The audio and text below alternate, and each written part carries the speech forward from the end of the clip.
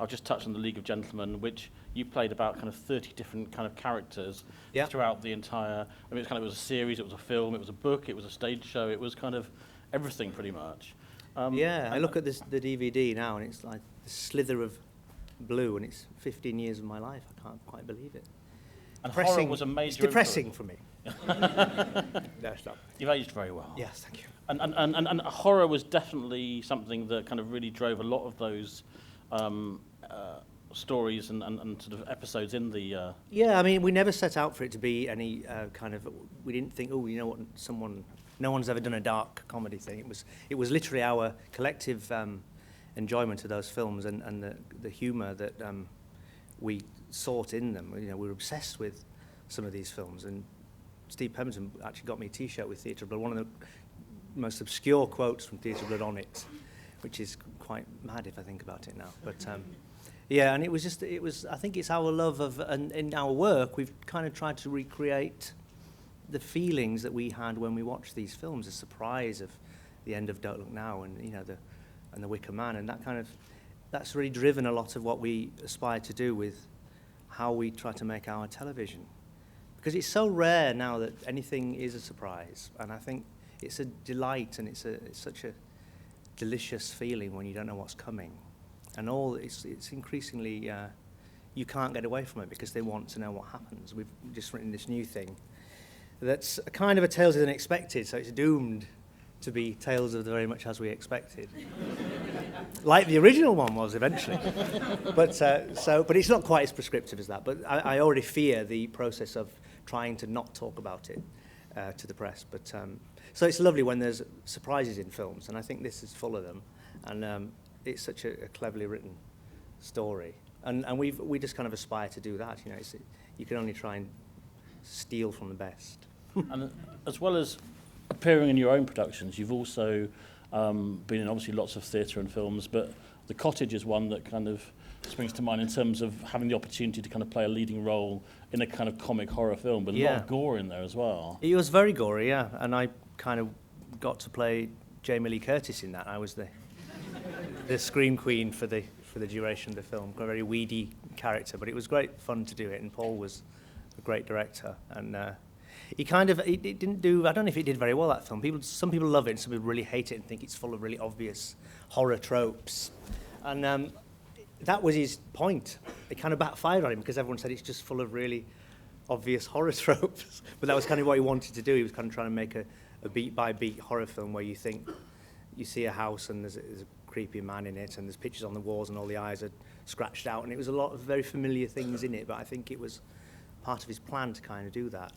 And it was lovely to act with Andy Serkis, but he was quite frightening in real life. He was very different to me acting-wise. He had to feel every moment in it, and I just thought, just act it. But he had to run, and he did press-ups and things to get out of breath, and I was like, "What are you doing?"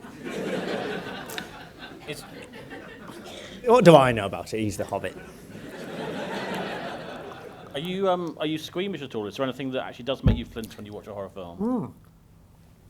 Increasingly, yes, as I get old, I'm really screaming. I don't like very many of these Saw things, that are all just completely, how can we mangle a human body and never flinch away from seeing it? It doesn't appeal to me. And if it's more artfully done, like with the realm of Shakespeare, I think I can handle it. But even this is quite gory. But I am squeamish. I don't like blood. A pinprick, it'll get to me. I think if it's done well, it's brilliant and it can be really visceral and powerful. But I think it's just you can't just keep doing it and expect anyone to feel anything for it. I'd rather have the characters set up with nothing apparently for a long time and then feel for them, and then it matters what happens to them, and that's what you should do.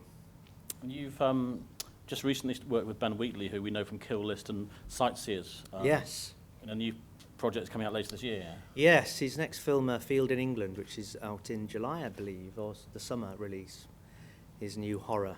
And it is horror. I mean, Ben is a great director. I've seen stuff that he's done before, and he really kind of captures something really real about the horror of real life that you never really see. It's a very visceral, unusual thing to capture, I think, the truth of violence. And I think he really gets that in his films. And he's very thoughtful as well. He's very quiet. I mean, you don't feel like you're being directed by him, but he absolutely knows what he wants. And this film, I've seen a little bit of it. I've not seen all of it yet, but I did a bit of sound ADR on it. And I've seen some of it, and it's sort of strange. I mean, it's very different to Sightseers, which is very accessible. It's like that is a carry-on film in comparison to this. But this is very kind of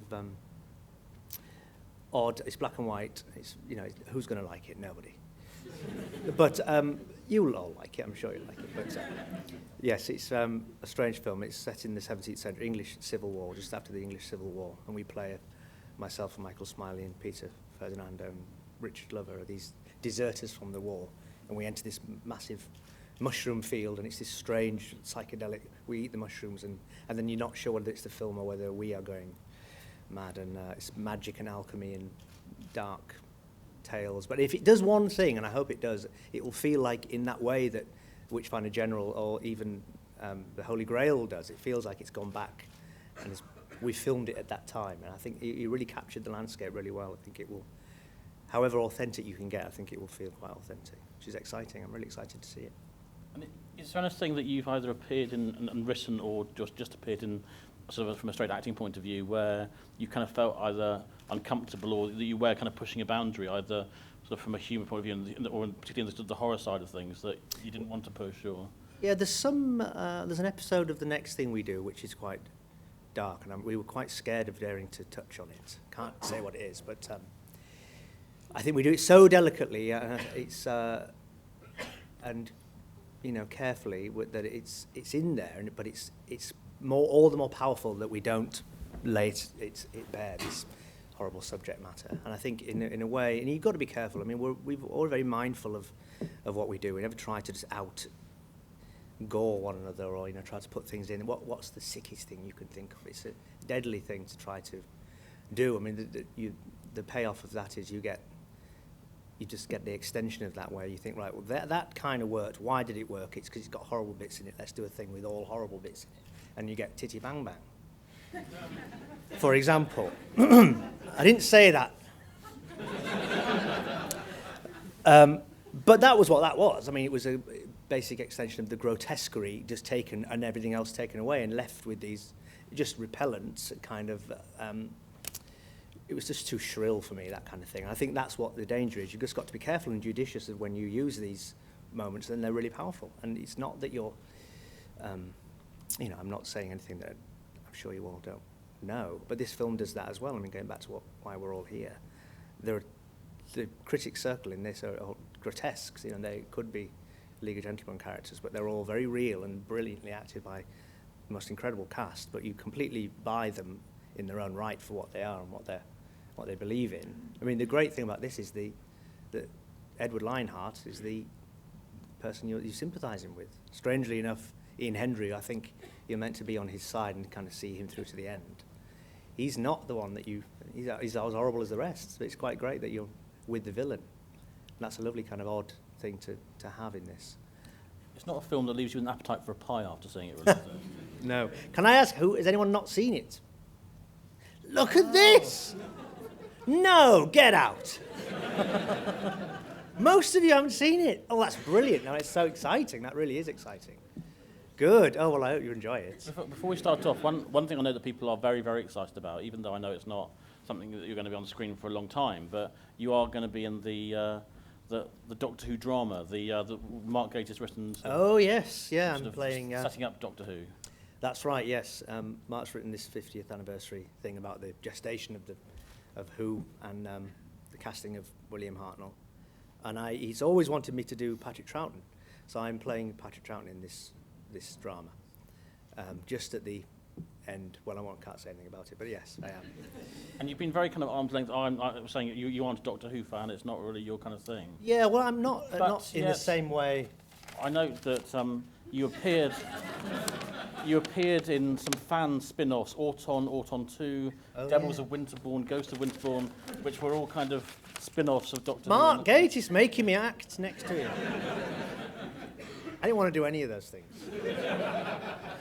But yes, he got me roped into those things, yeah. Proud of your work on Auton 2. I am. Actually. Yeah, no. Good.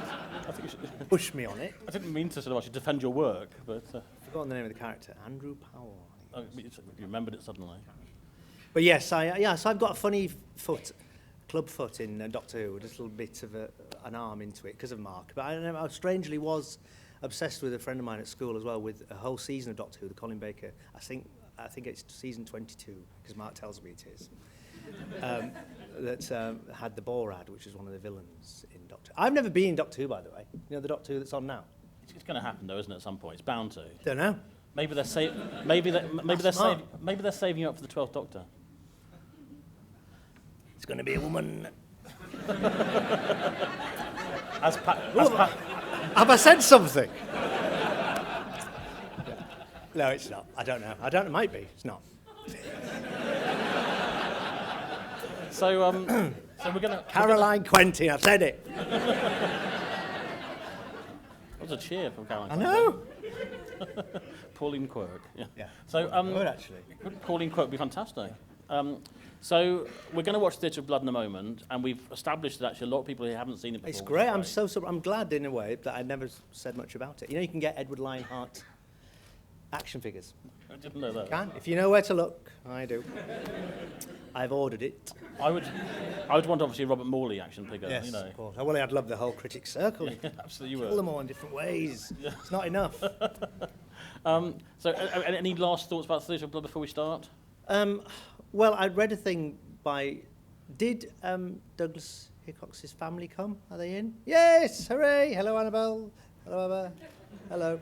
And I read a thing from the late, great Douglas Hickox, who wrote this, an article about his directorial time on this. And he said a great thing. He said, I don't know if it's true. You can tell me if it's true. He said he said it was such a good screenplay that he didn't have to waste time trying to save it whilst directing it, which is and he said he could just enjoy the brilliant set pieces, and I think you really can see the relish with which he directed this, and it's a great screenplay, brilliant cast that you'll never see again, and at the helm, Vincent Price, who we get to see do 10 or 8 of the greatest Shakespearean roles.